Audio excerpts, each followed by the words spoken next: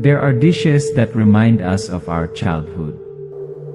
There are flavors that make us awry in the middle of a peaceful afternoon. And there are meals that should never be remembered. The sound of boiling oil, the transition to bright colors, crispy fried fish, halved calamansi slices, someone's hand squeezing fragrant soy juice onto the fish plate. Suddenly, the music stops. Narrator: My name is Isco. Once upon a time, I lived in a small fishing village on the coast of Negros province. When was 26. I almost fed my family human flesh, and I was the one who fried it. Fast forward, sea, village, festival, strangers bringing fish, shrill scream cuts through the frame. Narrator, voice more urgent, trembling whisper. I thought was just hungry. But some hunger was greater. Eating the soul of the village. Fish but not fish. Human but not human. Lights dimming. Table view. A plate of fish. Father laughing. Little brother about to take the first bite. Camera zooms in on the fish, something moves inside it. Narrator: The story I'm about to tell you is not a legend. It's a memory. It's a sin. It's a warning. Because you'll never look at Kalamansi the same way again. Knocking at the door in the night. Someone is coming. The oil lamp flickers. A woman's voice comes from outside the door, sweet but strange. May pritong isda kami, gusto mo ba? In a place far from the city, where there is no car exhaust, no car horns, only the sound of waves, and when there used to be fishing village called Salugon. There was a young man. My name is Isco. Image of a muscular, sunburned young man pulling nets with his father and younger brothers. Kind eyes, simple smile. I am 26 years old. In the morning I go to the sea, at noon I split coconuts, in the afternoon repair the boat, in the evening I eat rice with grilled fish and calamansi. Life is simple but full of laughter. Scene of a family eating rice under an oil lamp. Mother picks fish for her children, father tells old stories, younger brothers giggle. We were poor, yes, but we were never hungry. The sea gave us fish, the land gave us rice. And most importantly, we had each other. Spectacular images of the local festival, flags hanging along the road, lion dances, people grilling fish outdoors, children running around. The festival is the day we wait for all year. Whoever has something delicious shares it. Whoever has rice wine fills the whole neighborhood's glasses. The camera pans over tables laden with grilled fish, dipping sauce from calamansi fruit, old people telling ghost stories, young people singing and playing guitars. But that year's festival was not like the previous years. It was the last time we could laugh carefree. Late afternoon, a strange ship slowly entered the harbor, silver paint, unfamiliar flag, no one on deck waving. That afternoon, that ship arrived. No one knew where it came from. Some rumored it was carrying relief goods, others said it was full of foreigners. People gather at the dock, talking, laughing, but there is still a worried look from an old woman standing silently in the distance. Narrator: No one checks. No one asks questions. Because when you are full, you don't think you are going to be hungry. When you are safe, you don't think about danger. The camera stops on the silhouette of the ship. The sound of the waves suddenly becomes louder. The light gradually darkens. The wind whistles sound like the hiss of a creature holding its breath. Narrator whispering. We didn't know that from that day on, we opened the door to a curse. The darkness always knows when the villagers are sleeping the most deep light. Speaker, dry voice. According to instructions from above, all fishing activities are temporarily suspended due to suspicions of toxic substances in the seawater. Fishermen, please comply strictly. No fish also means no rice, no money. And when hunger knocks on the door, people's hearts begin to change. Mother turns over the pot. Child sucks his finger unconsciously. A man knocks on the neighbor's door to borrow rice. An old woman scoops up rice that has fallen on the floor.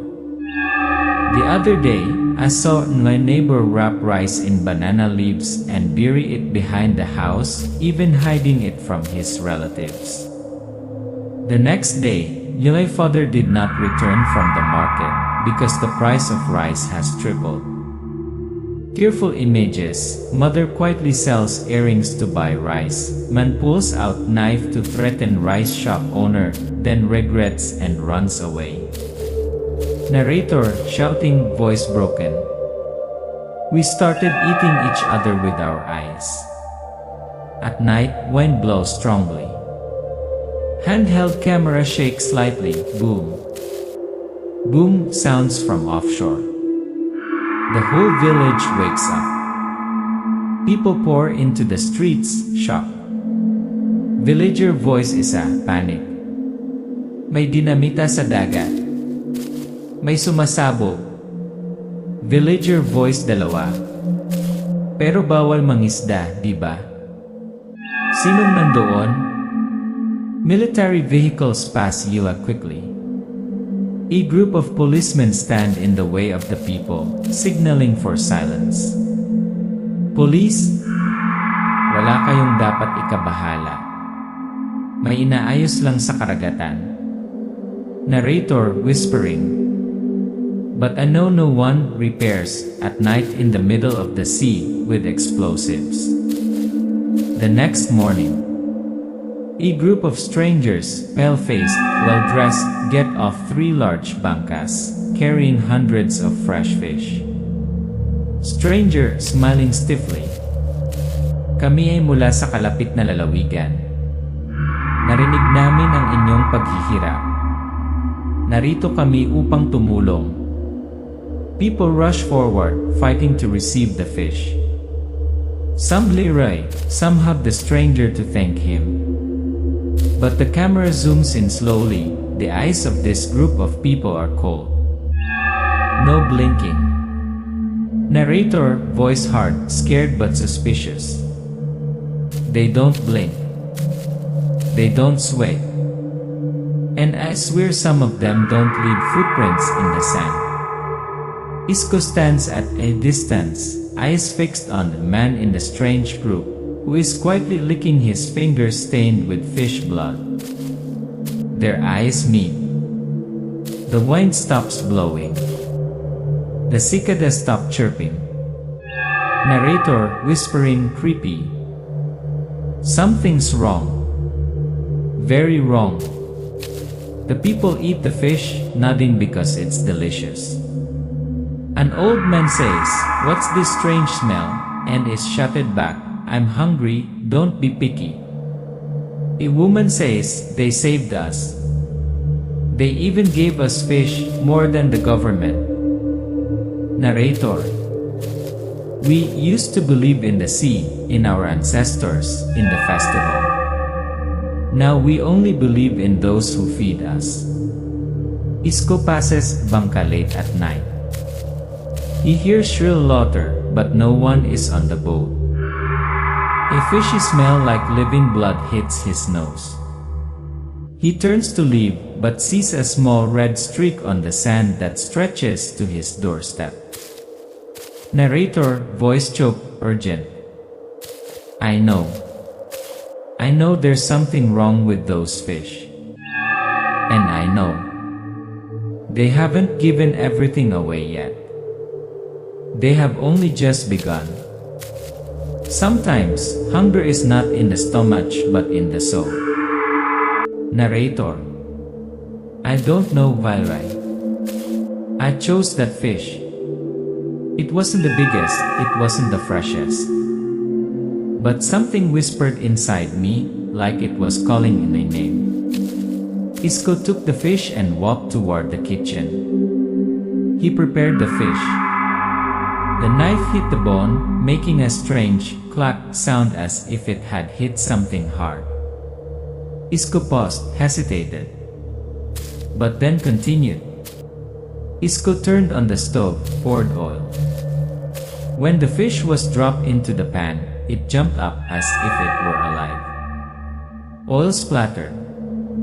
Isco's face froze. I've fried hundreds of fish, but none of them jumped out of the pan and landed right in your face. Slow motion, the fish turns dark, the skin is swollen like a human belly. When the fish is turned over, the flesh is torn open, revealing bright red internal organs, not fish intestines. Isco holds his breath. His chopsticks shake. His eyes are wide open, watching the scene. Narrator screaming softly. That's not a fish. That's someone who used to live. Isco throws the pan, rushes out of the kitchen, runs toward the main house. The camera shakes slightly, the background music is urgent, the sound of his heart pounding. He sees his mother scooping rice, his father slurping broth, his younger brother laughing and talking next to the boiling fish soup. Isco screaming loudly. Don't eat it. The whole family is stunned. Father frowns, about to shout. Isco lunges forward, snatching the bowl of soup from his father's hands and throwing it back into the pot. The camera focuses on the boiling soup, then baby's head slowly emerges. Followed Eli, teeny finger, and a human intestine spills out of the bowl. The whole family steps back, eyes filled with horror. The mother screams, the younger brother vomits, the father stands frozen. Narrator. I just know. Just save them from their own meal. The villagers gather. Some have heard the rumor and come to ask. Some stand and look at Isco with hateful eyes. Isco is crazy. That fish is delicious. We ate it without any problems. I think he's jealous. He didn't get much of the fish. Village elder's voice very softly. But Linoy's son has finished eating now, he's feverish and unconscious. The two groups split. One side sided with Isco, the other side cursed and chased him away. One shouted, he wants to cause trouble. Narrator, voice suppressed anger. The scariest thing than human flesh is when no one believes you. When the truth is called a lie, just because it doesn't suit people's taste. Night. Isco walked down the village road. The wind was strong. He saw the woman who had given him the fish eating something raw behind the banana bushes. Her red eyes flashed in the dark. A child was crying. The mother tried to comfort him, but her hands had long, sharp black nails, blood stuck between them. Narrator whispering creepy. They're not human anymore. They have changed sides. Isco went home, closed all the doors. The family sat silently in the dark. Father clutches machete, mother trembles as she holds her brother. Narrator choking. I don't know who is human, who is Aswang. But I know if we fall, no one will tell. This whole village has been bitten. Silence is complicity. Hunger is a weapon. And faith is the first food. The festival every year. But this year is different from previous years. This year, the feast is not just for celebration. It is a place to test blood and expose the one who is hiding his claws. Scene: the central market is decorated brilliantly. Each house has a competition table, fried fish, sorsop, grilled dishes.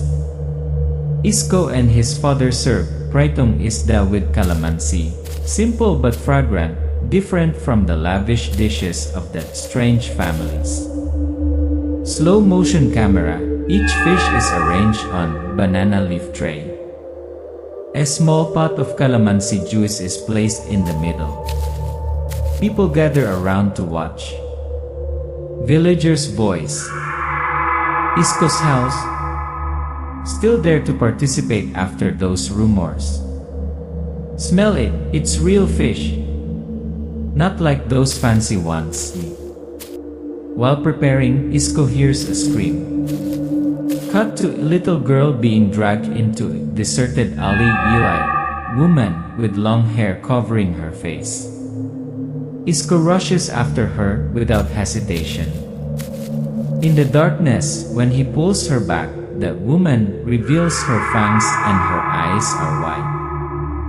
Isko uses the small calamansi pot he brought with him and puts it on the monster's hand. Its skin smokes, burns, and it screams and runs away.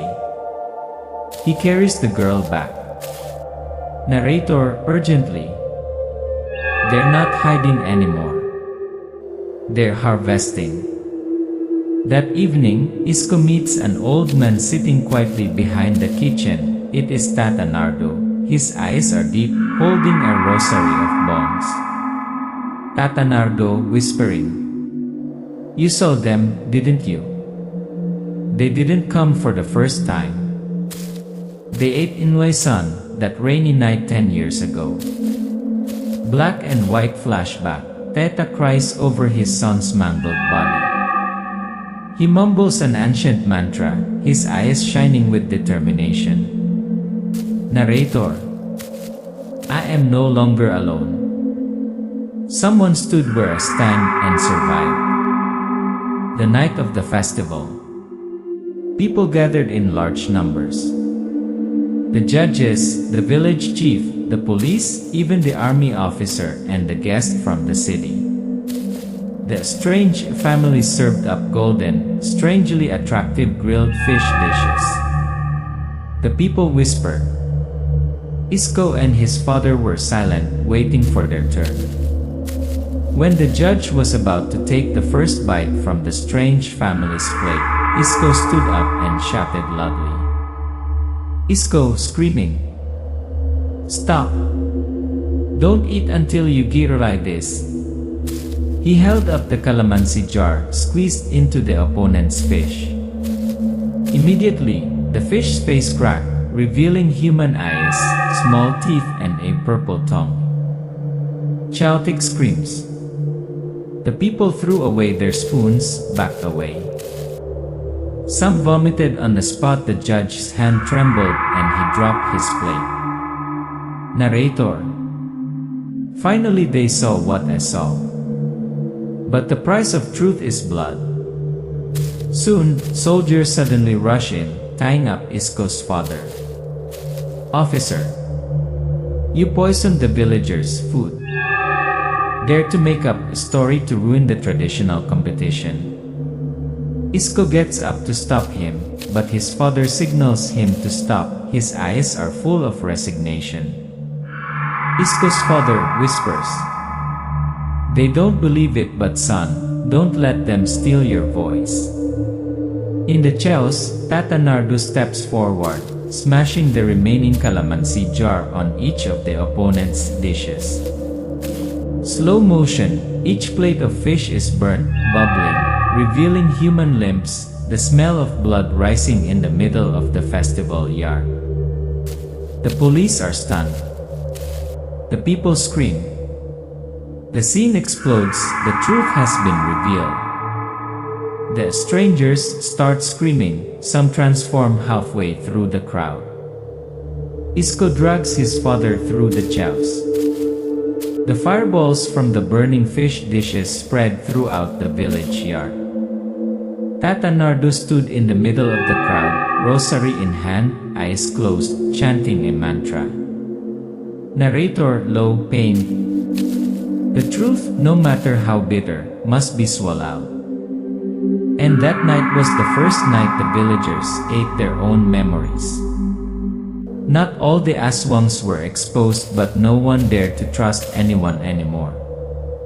After that night, trust became the most expensive commodity in a village. Scene of people cleaning up the village. Some kneeling next to the bodies of their relatives, people who had eaten human flesh without knowing it. Some left the village without saying goodbye. Narrator. Poverty is a hunger. But indifference, indulgence, gluttony, lack of vigilance, that is the hunger that kills the soul. Isco looked at the children playing in the yard, silently holding a bag of calamansi in his hand. His eyes were as sad as the sea after a storm. Isco's family left the village, moving to another province.